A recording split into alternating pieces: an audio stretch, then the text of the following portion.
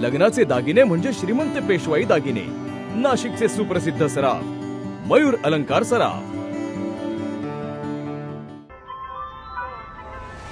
ताज्या बातम्यांसाठी नाशिक न्यूजच्या YouTube चॅनलला सबस्क्राइब करा आणि बेल आयकॉनला प्रेस करा।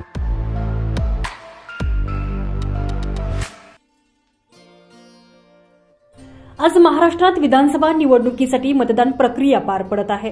सर्वच दिग्गज उमेदवारांचं नशीब आज मतदान पेटीत कैद होत आहे। आज सकाळपासूनच सर्व मतदारसंघांमध्ये उत्साह दिसून येतोय।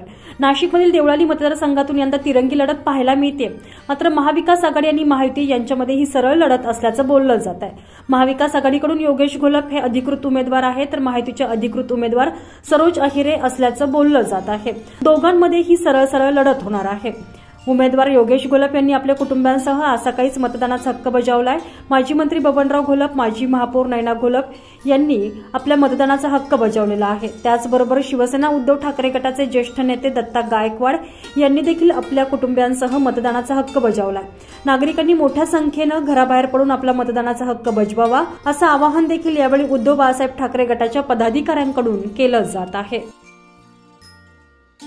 सनी काळे, नाशिक न्यूज, देवळाली।